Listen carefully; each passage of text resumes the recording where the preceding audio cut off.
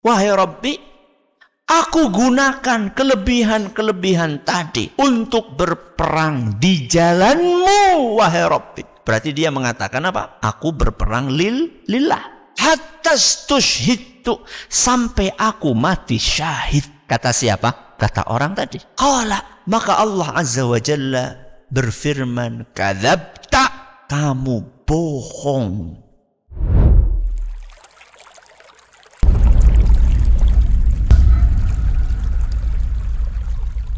Bismillahirrahmanirrahim. Assalamualaikum warahmatullahi wabarakatuh. Alhamdulillahi wa kafa, wassalatu wassalamu ala rasulihil mustafa wa ala alihi wa sahbihi wa man iqtafa, amma ba'd. Kita panjatkan puja dan puji syukur kehadirat Allah subhanahu wa ta'ala.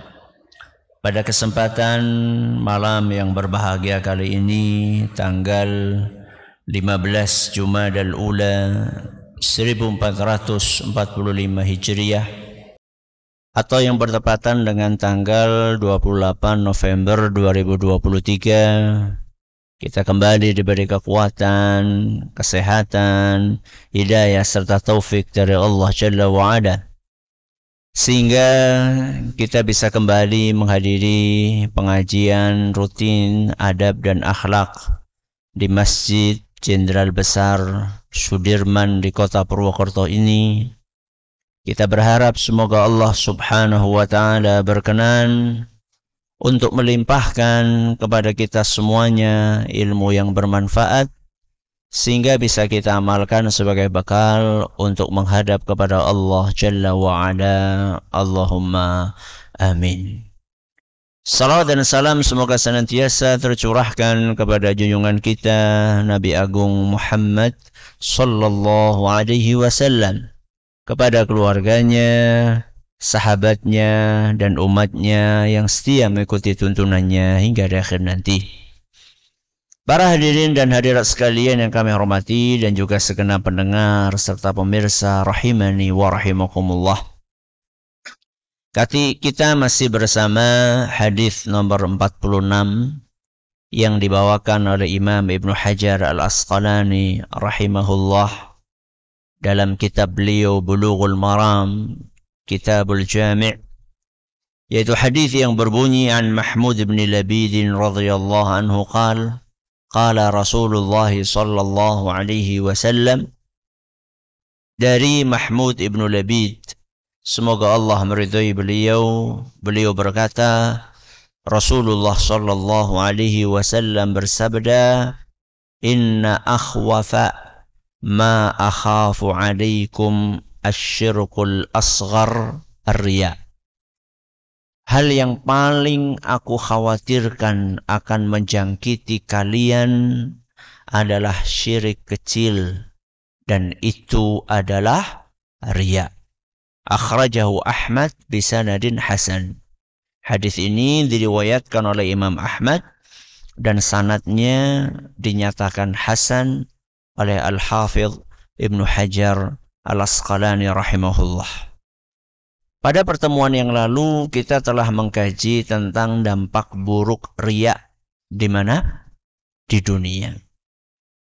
Hari ini kita akan mengupas dampak buruk riya di akhirat.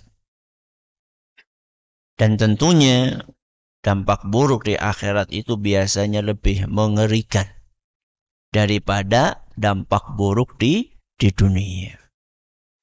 Di hadapan kami ada 3 poin yang menggambarkan kepada kita betapa mengerikannya efek negatif dari riya di akhirat. Yang pertama, orang yang riya di akhirat bakalan bangkrut. Apa yang pertama? Orang yang riya nanti di akhirat bakalan bangkrut. Apa motivasi kita beramal ketika di dunia? Jenengan itu capek-capek berangkat ke masjid, subuh-subuh, dingin-dingin, ngantuk-ngantuk. Apa? Yang jenengan cari itu apa? Hah? Pahala. Pahala dari Allah. Jenengan berangkat ngaji seperti ini. Setelah seharian apa? Kerja. Dan ini kan waktunya apa? Waktunya santai. Waktunya leyeh-leyeh. Di mana? Di rumah. Ngopi. Ditemani sepiring pisang goreng.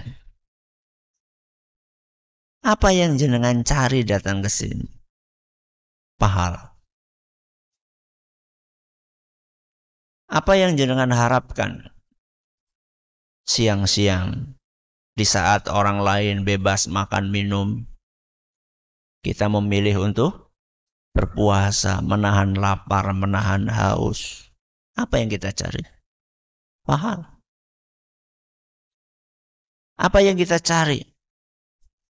Ketika kita mau mengeluarkan zakat, mau bersodakah, mau berinfak, padahal secara lahiriah itu mengurangi duit atau tidak? Mengurang. Secara lahiriah duit kita berkurang. Kalau bukan pahala yang kita cari. Apa pula yang kita cari ketika kita berangkat umroh, berangkat haji, mengorbankan harta, mengorbankan waktu, mengorbankan tenaga, mengorbankan pikiran.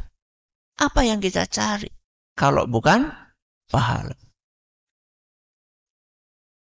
Yang kita cari adalah pahala. Dan apa yang terjadi ketika amal-amal yang kita kerjakan dengan penuh pengorbanan tadi tercemari riya? Apa yang akan terjadi? Yang akan terjadi, pahala yang kita impikan tadi akan musnah. Akan punah. Dan akan terbelalak. Ternyata di akhirat, apa yang dia harapkan tidak akan dia dapatkan. Hadis yang tadi kita baca, yaitu hadisnya Mahmud ibn Labid, ada kelanjutannya. Ada kelanjutannya. Kelanjutannya adalah qala Allah azza wa jalla lahum yawmal qiyamati idza juziyan nasu bi'a'malihim. Nanti di hari kiamat, setelah masing-masing orang mendapatkan pahala dari amalan yang dia kerjakan dulu ketika di dunia, maka Allah subhanahu wa ta'ala akan berfirman kepada orang-orang yang ketika di dunianya riya. Setelah orang-orang yang ikhlas-ikhlas pada dapat apa? Pahala. Maka orang-orang yang riya dipanggil sama Allah azza wa jalla. Lalu Allah subhanahu wa ta'ala berfirman, idhabu ila alladhina kuntum tura'una fid dunya. Pergilah kalian, temui orang-orang yang dulu ketika kalian di dunia kalian riyai. Apa maksudnya diriyai? Hah? Apa maksudnya yang kalian riyai? Yang kalian harapkan pujian. Yang mengharapkan pujian dari mertua. Dari sholatnya disuruh pergi kemana? Mertuanya. Yang mengharapkan pujian dari bosnya, dari amal soleh yang dia kerjakan, disuruh pergi kemana? Bosnya. Yang mengharapkan pujian dari ustadznya. Di hari kiamat disuruh pergi menemui ustadznya. Pergilah kalian kepada orang-orang yang dulu ketika di dunia kalian harapkan pujiannya. Suruh apa? Suruh apa mereka pergi mendatangi orang-orang tersebut? Fanzur hal tajiduna indahum jazaa. Kalian cari pahala dari orang-orang itu. Minta kalian pahala sama orang-orang itu. Bisa ngasih? Bisa ngasih? Mertua mau ngasih pahala? Bos mau ngasih pahala? Ustadz mau ngasih pahala? Mustahil. Karena masing-masing orang saat itu mengatakan, nafsi, nafsi. Apa nafsi, nafsi? Aku mikirakan awake dewek. Kok tega-tega Nabi aja kayak gitu? Nabi Adam. Sampai Nabi Isa alaihimussalam. Semuanya mengatakan nafsi, nafsi. Hari ini masing-masing dari kita memikirkan dirinya sendiri. Lagi pula mereka nggak bisa ngasih pahala. Wong pahala itu dari siapa? Dari Allah. Itu yang saya katakan tadi, bangkrut. Apa yang dia harapkan berupa pahala, nggak dia dapatkan.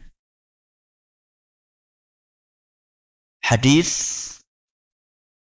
riwayat Ahmad dan isnadnya dinilai hasan oleh Al-Hafidh Ibnu Hajar Al-Asqalani rahimahullah. Jadi makna dari orang-orang tadi disuruh pergi dan minta pahala kepada orang-orang yang diriyai, maknanya mereka nggak bakal dapat apa? Pahala. Itu maknanya. Makanya ditegaskan di dalam hadis lain yang diriwayatkan oleh Imam Ahmad juga, dan hadis ini dinilai sahih oleh Imam Ibnu Hibban dan juga Imam Al-Zahabi.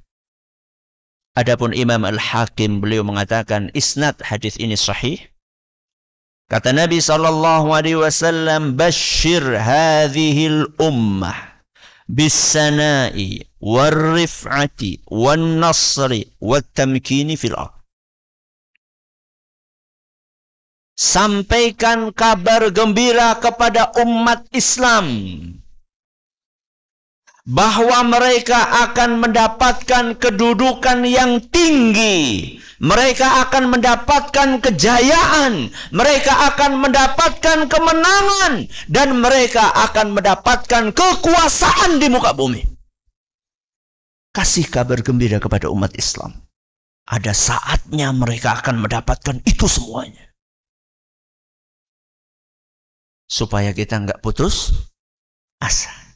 Seberat apapun ujian yang kita hadapi. Setelah itu apa kata Nabi SAW? Mengingatkan bahwa kemenangan, bahwa kejayaan, bahwa kedudukan yang tinggi itu gak didapatkan secara cuma-cuma. Apa kata Nabi SAW? Faman amila minhum amalal akhirati lid-dunya. Barang siapa ada di antara umat Islam, andaikan ada di antara umat Islam yang menjalankan amalan akhirat tapi tujuannya dunia. Mengerjakan apa? Amalan akhirat tapi tujuannya dunia. Amalan akhirat siapa? Ya sholat. Apalagi? zakat, puasa, haji, umroh, apa maning? Birrul walidain, amalan-amalan akhirat. Barang siapa melakukan amalan akhirat tapi niatnya dunia, lahiriahnya akhirat, lahiriahnya singketon akhirat, tapi yang ada di batin adalah tujuan dunia. Contohnya tujuan dunia, ya riak mau. Pujian itu kan urusan apa? Dunia. Pujian orang itu urusan dunia. Barang siapa melakukan amalan akhirat, tujuannya dunia. Apa kata Nabi sallallahu alaihi wasallam? Lam yakun fil akhirati nasibun. Di akhirat nanti dia tidak akan dapat jatah pahala sedikit pun. Ini menjelaskan makna hadis yang sebelum. Jadi disuruh pergi ke orang yang diria itu maksudnya apa? Roli pahala. Itu maksudnya. Padahal ada orang yang mungkin sudah sholat berpuluh-puluh tahun. Padahal mungkin ada orang yang rutin haji, yang rutin umrah, gak pernah ketinggalan. Tapi karena riyaknya itu, dia gak dapat apa-apa dari amalan yang dia kerjakan. Itu tadi dari hadis-hadis Nabi SAW. Adapun dari ayat Al-Quran, Allah subhanahu wa ta'ala membuat perumpamaan bagaimana naasnya, bagaimana sialnya orang yang beramal dengan riya. Kata Allah subhanahu wa ta'ala dalam surat Al-Baqarah ayat 264. Surah apa? Al-Baqarah ayat pinten? 264.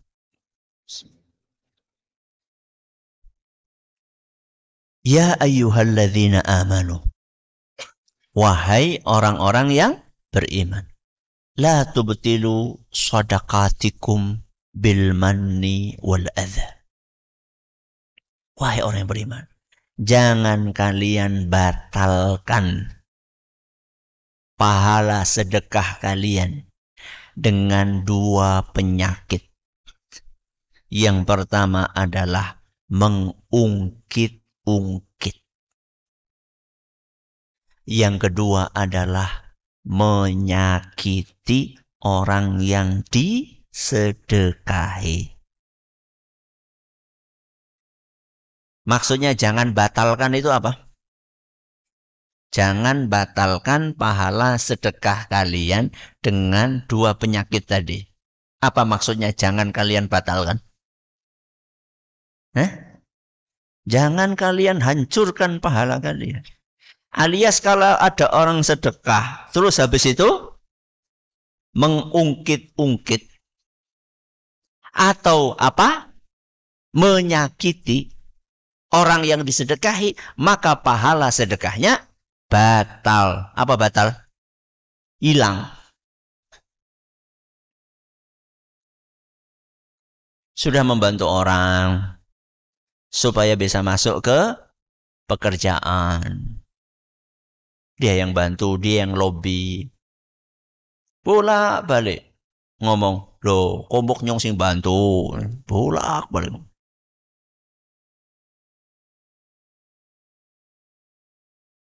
Ngasih sedekah sama orang. Kadang ngasih baju, kadang ngasih kendaraan. Saben ketemu, kowe mbok lambi sing nyong wae mbok wingi kae.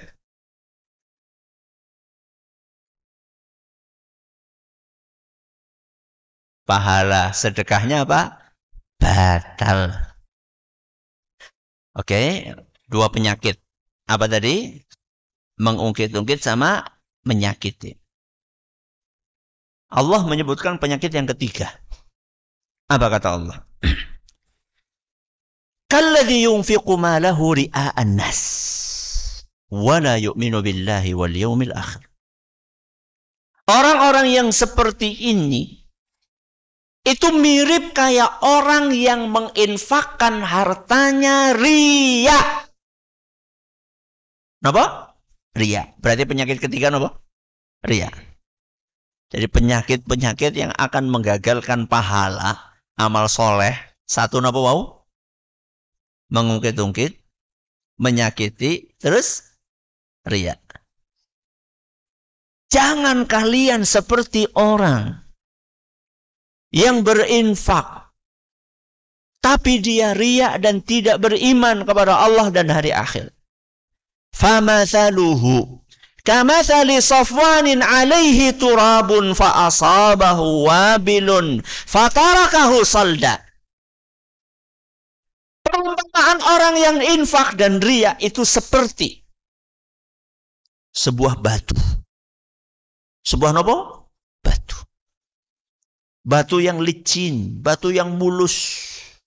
Di atasnya ketutupan debu. Ketutupan apa? Debu. Kemudian turun hujan lebat. Apa yang terjadi? Habis. Bersih. Gak tersisa. Alias orang yang riya gak dapat pahala. Seperti musnahnya debu yang nempel di atas batu kesiram nopo? Air hujan. Digambarkan dalam ayat ini bagaikan debu. Debu itu kotoran atau bukan? Kotoran. Riya itu kotoran. Riya itu kotoran yang mengotori hati kita. Maka seharusnya kalau kita terjangkit riya, harusnya kita itu nyaman. Apa enggak nyaman? Harusnya enggak nyaman. Wong kotor kok nyaman?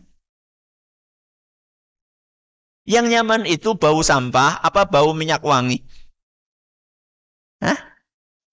Bau minyak wangi. Yang nyaman itu bantal, mambu wangi, apa mambu iler? Ya bau wangi lah. Namanya kotoran itu bikin tidak nyaman.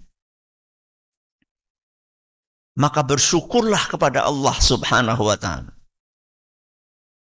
Kalau jenengan suatu saat terjangkit riya, kemudian hatinya nggak tenang. Bersyukurlah kepada Allah. Tandanya apa? Masih ada iman.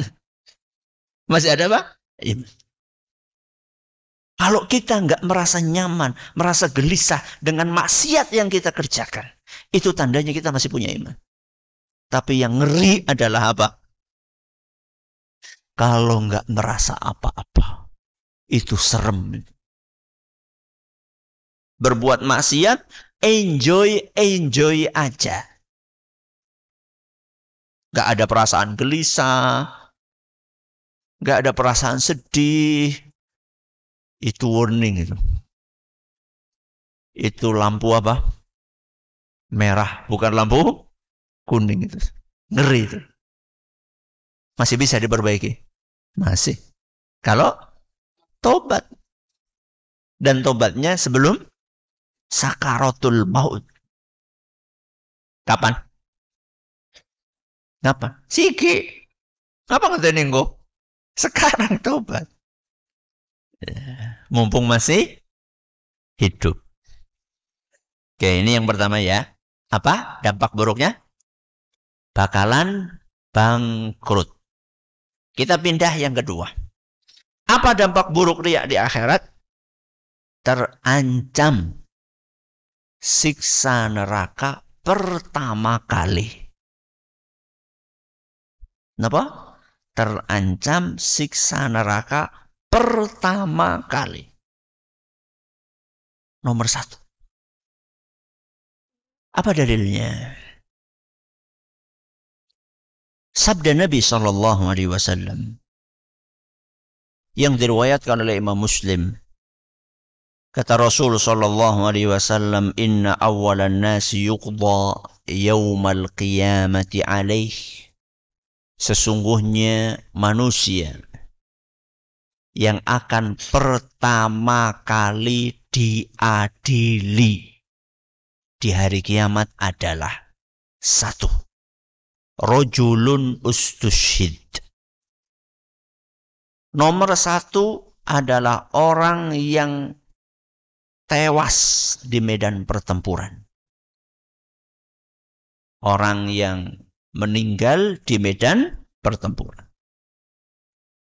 Fa'utiya bihi fa'arrafahu ni'amahu fa'arafaha. Qala fama amilta fiha. Di hari kiamat orang itu dipanggil sama Allah Azza wa Jalla. Kemudian diingatkan tentang nikmat-nikmat yang telah Allah berikan kepada dia.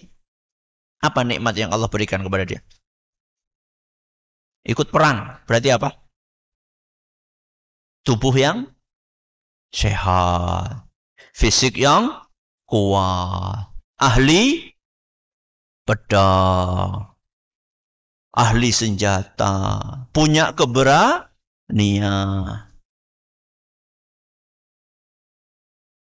Diingatkan sama Allah Azza wa Jalla. Sampai orang itu ingat, iya dulu saya punya kelebihan A, B, C, D. Terus Allah tanya, fama amilta fiha. Karunia-karunia yang aku berikan kepadamu tadi, kamu pakai untuk apa? Kamu pakai untuk apa? Faqala qataltu fika hatta tushhidtu. Wahai Rabbi, aku gunakan kelebihan-kelebihan tadi untuk berperang di jalanmu, wahai Rabbi. Di jalanmu. Berarti dia mengatakan apa? Aku berperang lillah. Hatta tushhidtu. Sampai aku mati syahid. Kata siapa? Kata orang tadi. Qala. Maka Allah Azza wa Jalla berfirman, kadzabta. Kamu bohong. Kamu bohong. Walakinnaka qatalta li an yukhala jari'un faqad qila. Kamu dulu ketika di dunia ikut perang. Niatmu adalah supaya engkau dikatakan sang pemberani. Enggak punya rasa takut. Jantan.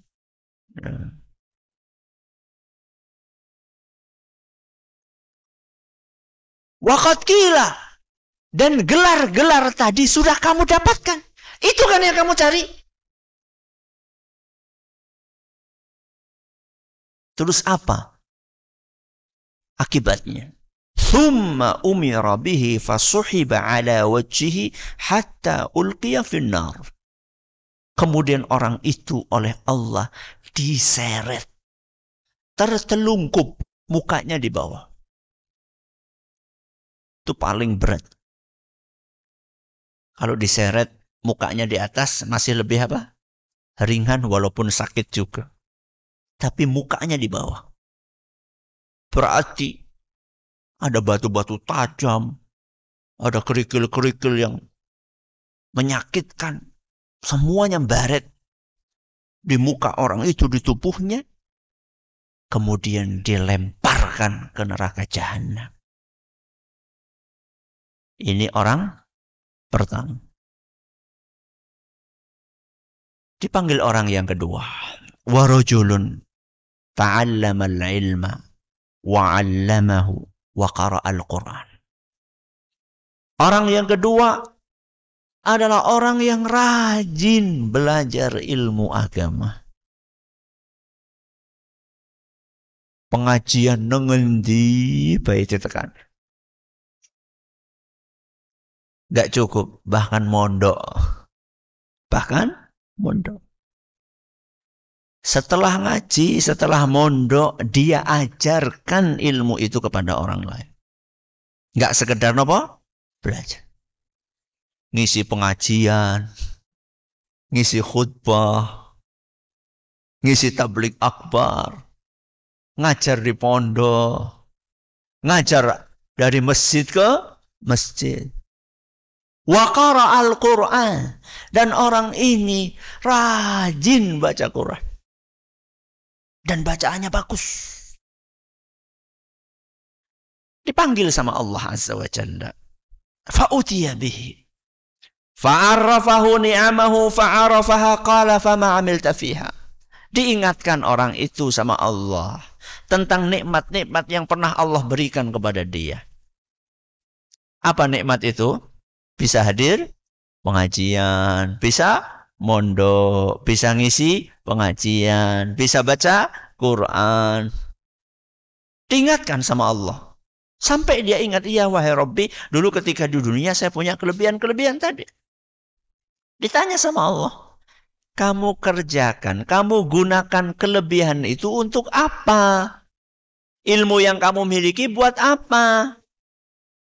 Maka dijawab oleh orang tersebut, qala ta'allamtul ilma wa 'allamtuhu wa qara'tu fikal Qur'an. Wahai Rabbi, dulu ketika aku di dunia, aku ngaji karenamu ya Allah, lillahi ta'ala.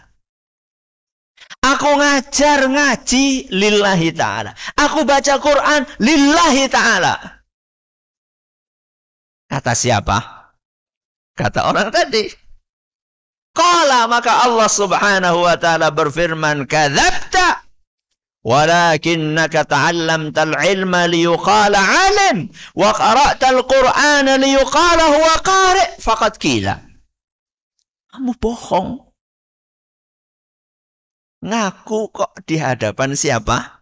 Allah. Yang tahu isi hati. Maka Allah Azza wa Jalla langsung membalas, kamu bohong. Dulu ketika kamu di dunia belajar ilmu agama, mengajarkan ilmu agama, kamu baca Quran, tujuanmu bukan itu. Kamu tujuannya supaya dikatakan alim, ulama besar, ustadz viral,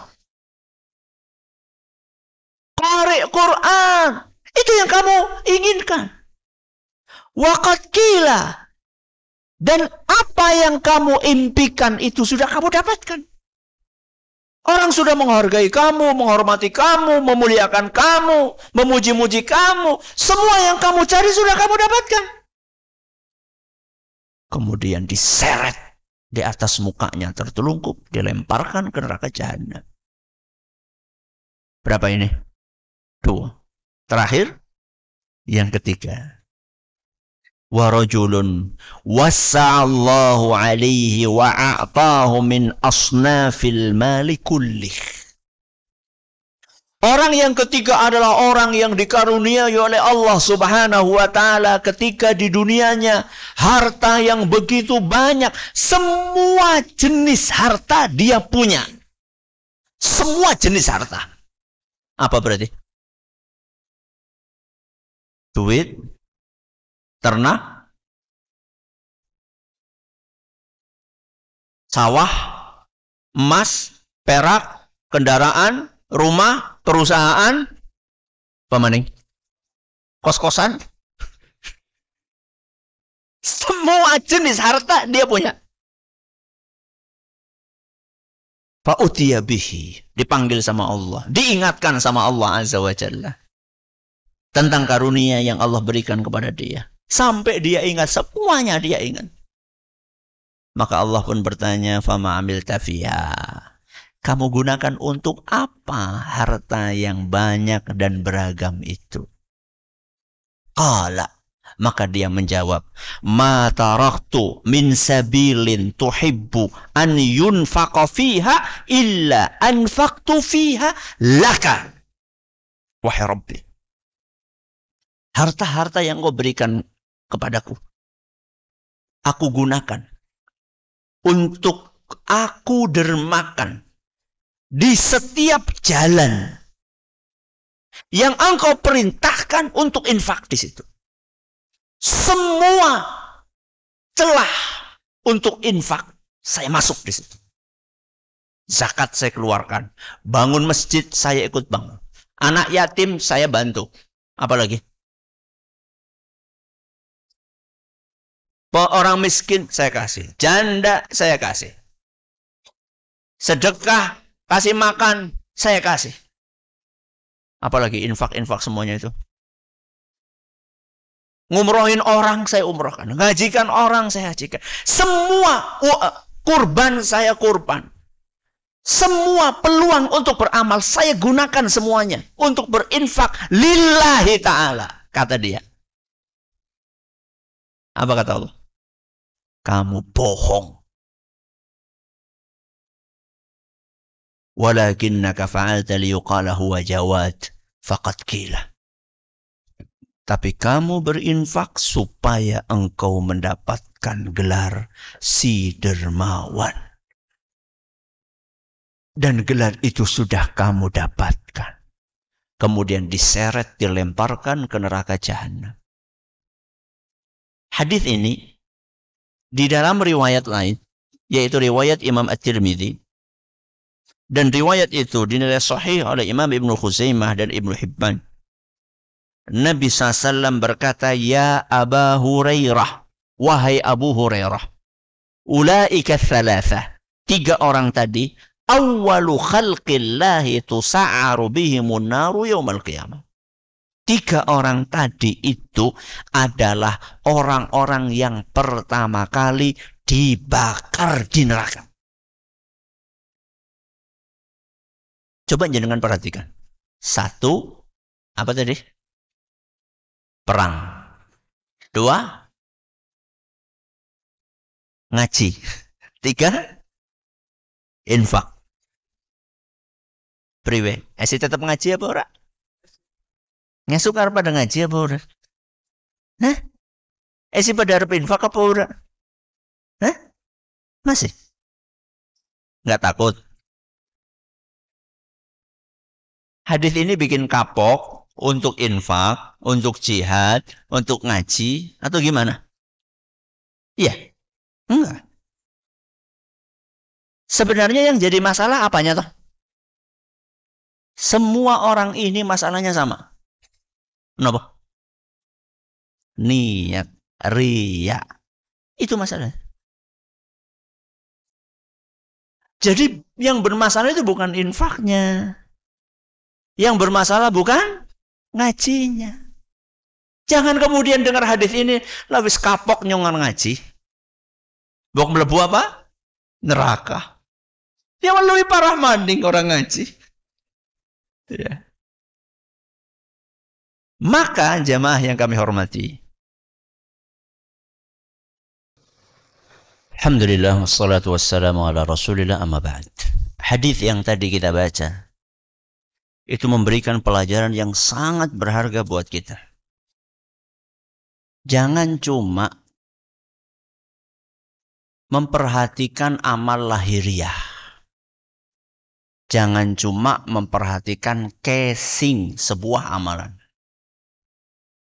Yang lebih penting adalah memperhatikan apanya? Isinya. Maksudnya adalah niat. Jadi amalan apapun yang bakal kita kerjakan, dipantau niatnya. Contoh misalnya jenengan mau berangkat apa? Ngaji. Sebelum berangkat itu sambil, saya niatnya apa? Kalau niatnya belum lurus, diluruskan. Kalau niatnya melenceng, ditarik kembali supaya benar. Mau sholat juga seperti itu. Saya berangkat ke masjid niatnya apa? Bahkan ketika awalnya ikhlas berangkat dari rumah sampai ke masjid niat itu berubah, maka perbaiki. Nanti akan kita bahas insya Allah di tema tentang tips untuk mengatasi riya, bahwa kita itu butuh perjuangan. Jadi mujahadah, berjuang, itu bukan hanya berjuang sesuatu yang sifatnya lahiriah. Berjuang yang sifatnya batiniah, memperbaiki niat, itu lebih susah, lebih berat daripada berjuang yang sifatnya apa? Lahiriah. Jadi menjaga keikhlasan niat saat sholat subuh itu lebih berat daripada bangun, ngantuk-ngantuk, wudhu, dingin-dingin berangkat ke masjid. Lebih berat jaga niatnya. Mau infak gitu, awasin niat. Ini pelajaran yang kita ambil dari hadis tadi. Oke, kita pindah yang ketiga, yang terakhir. Apa dampak buruknya di akhirat bagi orang yang riya? Yang ketiga, bakal dipermalukan di depan umum. Bakal apa? Dipermalukan di depan umum. Nanti di hadapan seluruh manusia pada hari kiamat. Jadi bukan di depan warga kampungnya. Bukan di depan teman-teman kantornya. Bukan. Tapi di hadapan seluruh manusia yang ada saat itu. Apa kata Nabi SAW? Hadis ini pernah kita bawakan pada pertemuan kemarin. Apa kata Nabi SAW? Man samma'an nasa bi'amalih samma'allahu bihi sami'a khalqihi. Barang siapa yang beramal tujuannya sum'ah. Masih ingat sum'ah? Apa coba? Supaya didengar, dipuji sama orang. Mendapatkan pujian-pujian yang didengar oleh banyak orang. Sum'ah. Kalau riya, dia apa? Dilihat. Barang siapa yang melakukan amalan tujuannya sum'ah, maka Allah subhanahu wa ta'ala akan permalukan dia di depan semua orang. Akan dibongkar niat busuknya sehingga terdengar oleh seluruh manusia. Dan kemarin sudah saya sampaikan, para ulama ketika mensyarah hadis ini, kata mereka, kata para ulama kita, ini bisa terjadi di dunia, bisa terjadi di akhirat. Di dunianya juga dibongkar, di akhiratnya juga dipermalukan. Maka saat itu, reputasi, nama baik yang susah payah dibangun ketika di dunia akan hancur berantakan. Pencitraan yang susah-susah dibikin dengan survei akan terbongkar habis di hari kiamat. Semuanya akan ketahuan apakah dia ikhlas atau riya. Semoga Allah ikhlaskan amalan kita semuanya. Masih sisa 7 menit. Silahkan, kalau ada yang mau tanya bisa disampaikan. Silakan. Bismillah. Assalamualaikum. Ustadz izin bertanya, jika ibadah kita sudah benar-benar ikhlas lillahi ta'ala, kemudian ada pujian, yang pujian ini membuat kita merasa nyaman dengan pujian tersebut, bagaimana menyikapi hal ini, Ustadz? Yang membuat apa? Khairan. Pujian itu membuat kita nyaman. Ya. Jazakumullah khairan. Insyaallah akan ada pembahasan tentang apa yang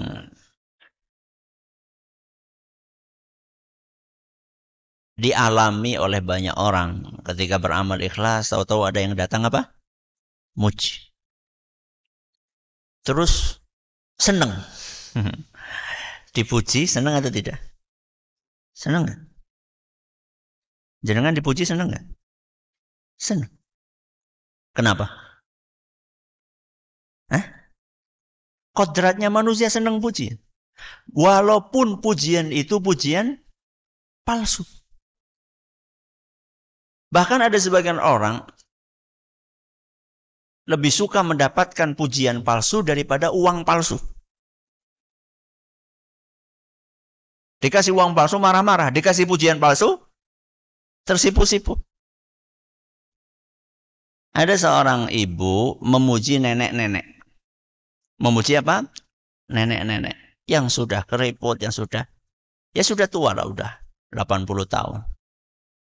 Masya Allah, jenengan tambah ayu jan. Itu pujian apa? Palsu. Yang dipuji senang nggak? Senang. Tapi kalau dikasih uang palsu, marah. Manusia itu kodratnya suka pujian. Oke, ada orang beramal soleh. Lalu, ada orang memuji dan dia senang. Apakah itu riya? Jawabannya enggak. Bukan riya. Karena di awal dia sudah niatnya ikhlas. Dan dia tidak nyari pujian itu. Kecuali kalau dari awal dia niat nyari pujian tadi. Datang pujian tersebut. Ya itu riya. Itulah riya. Dari awal dia beramal untuk ngejar nopo? Pujian. Lalu ada yang muji. Dan itu yang dia harapkan. Ya itulah riya. Tapi kalau dia dari awal ikhlas. Kemudian ada orang muji. Dan dia merasa senang. Tidak apa-apa. Kata Rasul SAW. Dzalika ajilu bushra al-mu'min. Hal yang seperti tadi itu apa? Sudah ikhlas, terus ada yang muji. Itu kata Nabi SAW adalah kabar gembira yang disegerakan oleh Allah untuk seorang mukmin. Apa? Kabar gembira dari Allah yang disegerakan untuk siapa? Seorang yang mukmin. Ya boleh dikatakan itu adalah indikator lah. Apa? Indikator, mudah-mudahan amalnya diterima. Tapi, ada tapinya.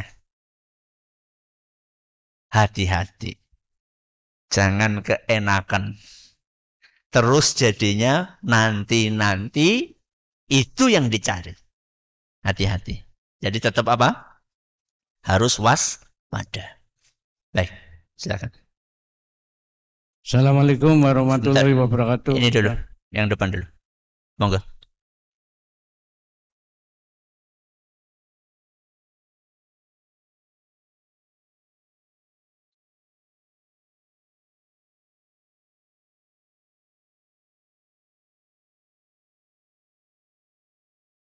Ya.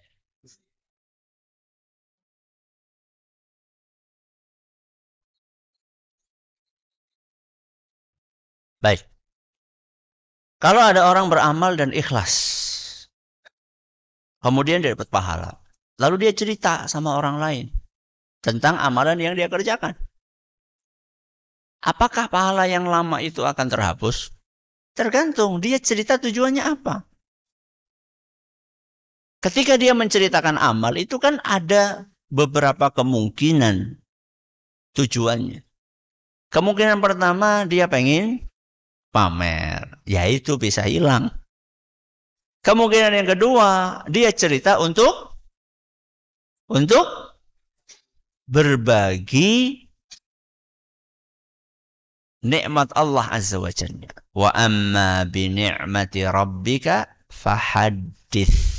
Surat apa? Ad-Duha. Tidak apa-apa. Atau yang ketiga, dia menceritakan itu niatnya motivasi. Apa? Motivasi. Supaya yang mendengar termotivasi melakukan amalan serupa. Boleh? Boleh, tidak apa-apa. Jadi tergantung niatnya apa.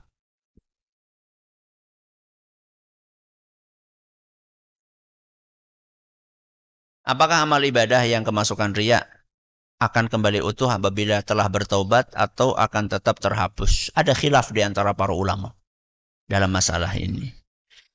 Mudah-mudahan pendapat yang cukup kuat adalah pendapat yang mengatakan kembali insya Allah. Kembali insya Allah. Allah Azza wa Jalla ketika berfirman tentang orang yang taubat, فَأُولَٰئِكَ يُبَدِّلُ اللَّهُ سَيِّئَاتِهِمْ حَسَنَاتٍ. Orang-orang yang bertaubat, ganjarannya salah satunya adalah Allah akan ganti dosa-dosanya dengan pahala. Jadi menurut sebagian ulama, ayat ini mendukung pendapat yang mengatakan yang sudah lenyap bisa apa? Dikembalikan lagi. Rahmat Allah luas.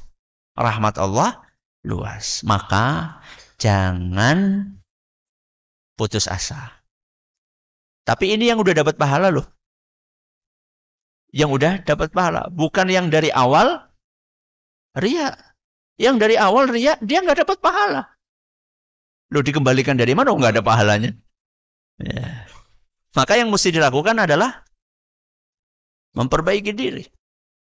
Ini lagi ngomongin tentang orang yang sudah dapat pahala. Terus dia ria. Bukan ngomongin orang yang dari awal ria. Dia nggak dapat pahala. Wallahu ta'ala a'la wa a'lam. Mudah-mudahan bermanfaat bagi kita semuanya. Terima kasih atas perhatiannya, atas segala kurangannya. Oh ya, lupa. Kerja bakti. Tanggal 3. Tanggal 3 apa? Desember, hari Ahad. Ya, ada acara kerja bakti di Tunas Ilmu Purbalingga. Silahkan. Yang mas-mas, bapak-bapak, yang fisiknya masih apa? Seger-seger, ya hadir. Yang sudah nggak kuat ya ngirim semen ya orang apa lah. Syukur bisa ngirim semen, yang ngirim apa? Nyamikan ya, wedang apa-apa lah. Ya, semuanya berandil untuk kebaikan. Sing ikhlas ya. Kita akhiri dengan doa kafaratul majelis. Subhanakallahumma wa bihamdika asyhadu an la ilaha illa anta astaghfiruka wa atubu ilaik. Assalamualaikum warahmatullahi wabarakatuh.